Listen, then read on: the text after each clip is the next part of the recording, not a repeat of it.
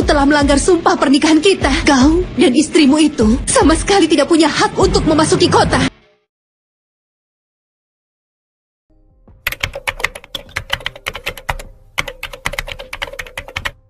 Di episode sebelumnya, Raja Drestarastra yang awalnya menyatakan perang terhadap Dwaraka, kini terpaksa menerima Arjuna juga Subadra, karena saat ini Arjuna masih menjadi bagian dari Hastinapura. Mengingat Indraprastha belumlah menjadi kerajaan yang mandiri, Drestarastra terpaksa menyaksikan acara pernikahan Arjuna, bahkan mendoakan Arjuna karena itu adalah kewajiban dirinya sebagai raja. Namun Bhisma yang agung tidak mau mendoakan Arjuna karena Bhisma menganggap Arjuna sudah melakukan hal yang tidak benar.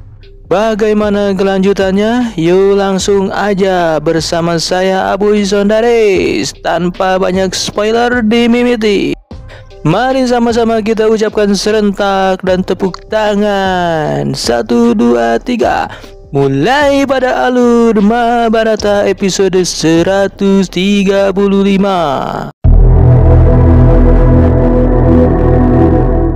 Arjuna mulai menghampiri ibunya, sedangkan Sangkuni yang wajahnya pika sebelen mulai menghampiri Pangeran Balaram yang berkata jika tujuannya tidak bermaksud menghina murid kesayangannya, ujang Duryudana, apalagi menghina Mamang Sangkuni. Sangkuni berkata bahwa tidak masalah bagi dirinya, namun jika Balaram ingin meminta maaf maka lakukanlah pada Subadra.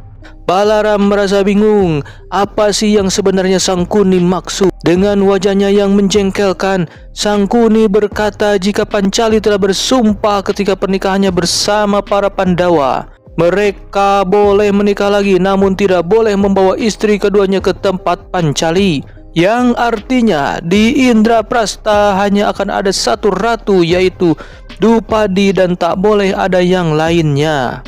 Nampaknya Balaram mulai terpengaruh hasutan Sangkuni yang terus mengatakan jika Subadra tak akan ada harga. Subadra akan menghabiskan waktu di Dwaraka, sedangkan Arjuna akan datang ke Dwaraka kapanpun Arjuna mau. Sebelum pergi, Sangkuni meminta agar Balaram memperhitungkan kata-katanya itu. Salam Pangeran Balaram, salam Pangeran Arjuna. Balaram berkata pada Arjuna, jika kata-kata Sangkuni benar, maka ia tak akan mengizinkan Subadra berada dalam posisi seperti itu. Karena itu merupakan sebuah penghinaan bagi bangsa Yadawa.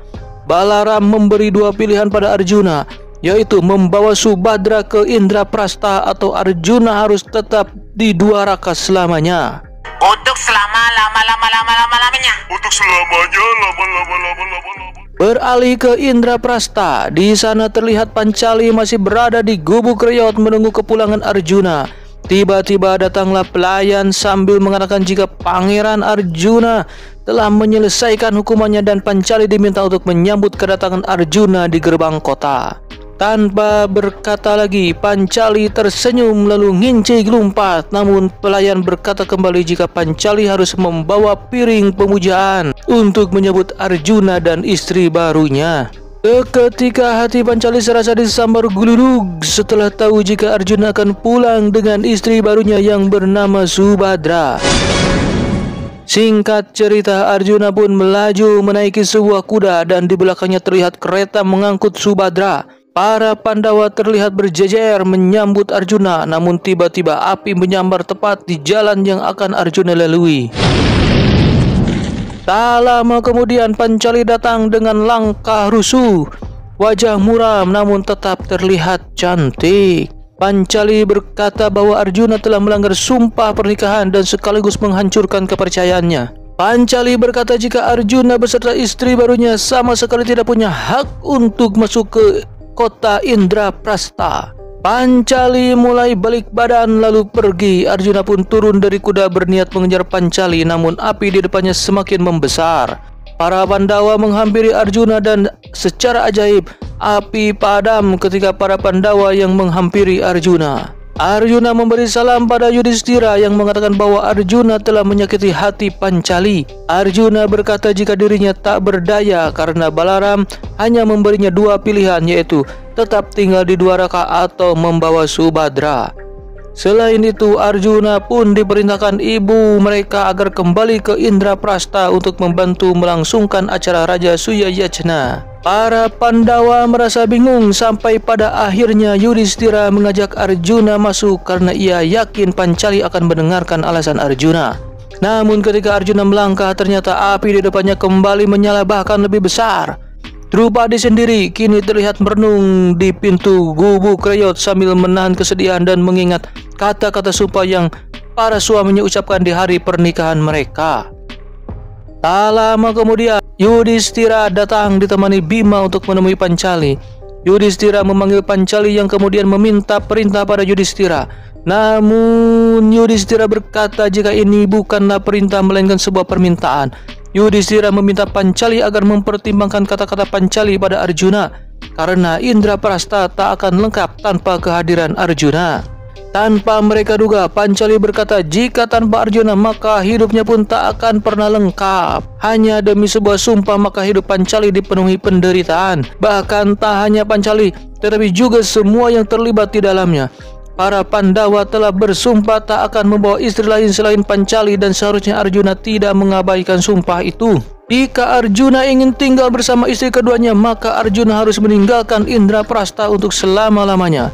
Bima berkata jika tanpa Arjuna maka Indraprastha tak akan bisa melakukan Raja Suyayajna dan impian untuk menjadi mandiri pun akan sirna. Apa hukuman kita yang akan membentuk raja? Pancali mulai emosi. Ia berkata panjang lebar yang intinya terkait seseorang yang begitu mudah melanggar sumpahnya.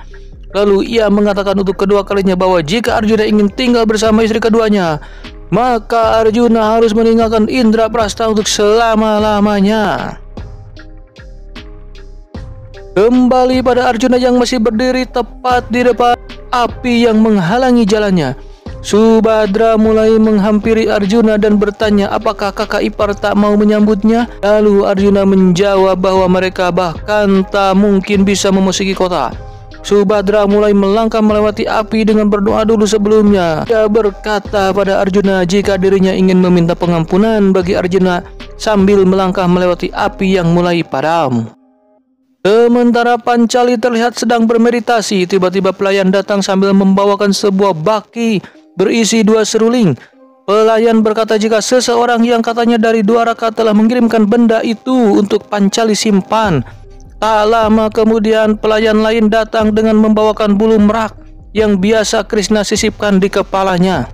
Pelayan itu berkata bahwa wanita itu juga telah mengirimkan benda tersebut untuk Pancali simpan. Pancali merasa bingung, lalu ia pun keluar gubuk. Di sana ia melihat seorang wanita sedang meminta pelayan untuk memberikan sebuah benda pada Pancali. Rupanya itu adalah Subhadra yang mulai memberi salam pada Pancali, bahkan menyentuh kaki Pancali yang masih jutek namun tetap terlihat ada manis-manisnya. Subhadra berkata bahwa sebelum ia berangkat, Krishna telah menitipkan benda-benda itu sebagai hadiah.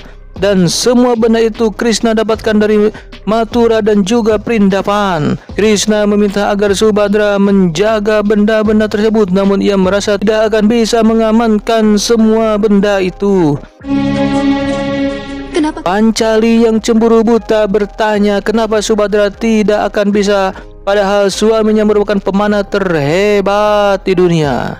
Dan apapun yang Arjuna lindungi maka tak akan ada yang bisa menyakitinya. Subhadra meminta maaf pada Pancali, namun Krishna pernah bilang bahwa tak akan ada senjata yang bisa melindungi hadiah itu. Hanya cinta dan pengabdianlah yang dibutuhkan. Sedangkan kini Arjuna telah melanggar sumpahnya. Lalu bagaimana bisa Arjuna melindungi semua cenderamata berharga itu? Inilah Subhadra. Pancali mulai membentak Subhadra. Ia berkata jika Arjuna pun masih tetap suaminya dan Pancali tidak suka jika ada yang menghina suaminya. Pancali meminta agar Subhadra jangan ikut campur masalah sumpah tersebut. Subhadra berkata jika ia sedang membicarakan sumpah Arjuna pada dirinya, di mana Arjuna pernah berkata jika Subhadra akan memiliki posisi paling penting di Indraprastha. Pancali mendekati Subhadra dan bertanya apakah Subhadra bermaksud menjadi ratu dari Arjuna. Subhadra berkata, tidaklah. Karena seorang ratu berada di posisi sangat berat yang tak ada waktu untuk istirahat. Ia mulai memegang tangan Pancali dan berkata jika ia ingin punya kekuatan bersama ratu dari Indraprastha. Dan Arjuna bilang ia akan bisa seperti itu. Pancali mulai melepaskan genggaman tangan Subhadra. Ia meminta agar Subhadra jangan berbohong karena dirinya sangat mengenal Arjuna yang tak mungkin mengajari kata-kata seperti itu. Pancali berkata, pasti Krishna lah yang telah mengajarkan Subhadra berkata demikian. Pasti Gowinda yang mengajarimu bicara. Subhadra mulai mengaku. Ia pun berkata jika Krishna bilang padanya untuk merangkai kata-kata guna menenangkan Drupadi. Jika seandainya Subhadra lah yang menjadi penyebab kebencian dari Drupadi. Krishna juga bilang bahwa dimanapun kejahatan terjadi maka cinta akan selalu bisa menaklukkannya. Subhadra pun mulai meletakkan benda yang ia pegang di tangan Pancali. Pancali mulai merenung sambil melihat seruling yang Subhadra berikan. Lalu Subhadra berkata jika Krishna pun mengatakan kalau Subhadra mau menjadi diri sendiri maka ia akan bisa dekat dengan Ratu Pancali. Bagaimana kelanjutannya? Ayo bagaimana? Nantikan cerita selanjutnya di episode 136.